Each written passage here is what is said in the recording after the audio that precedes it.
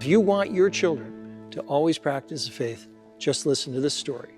I call it, do you know how much it will cost?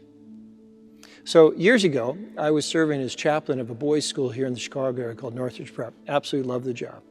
And one of the dads there came to me one day.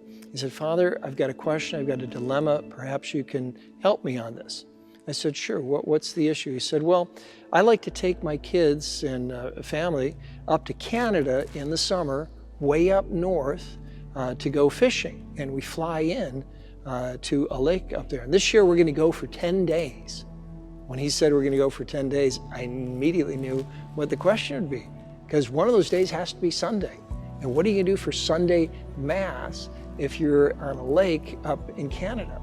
So I thought, well, this is great. He's gonna invite me to go with him to go fishing in Canada. But as he continued, I realized he wasn't going to invite me to be his chaplain on that fishing trip. And so he explained that we're gonna be flying into this lake, we're gonna be fishing for 10 days, and we can't get to Sunday Mass. Can you give me a dispensation for that? Well, I could if I was his parish priest, but I'm not his parish priest, so I couldn't. And I said, well, I've got a solution for you. He said, what's that?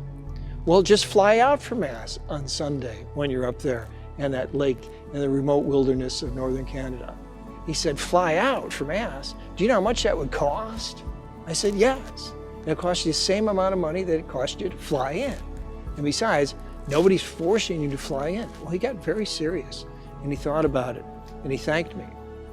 Well, as it turns out, they all went up to that remote lake, and when that Sunday came around, they flew out for Mass.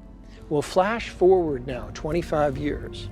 This man and his wife are still practicing the faith.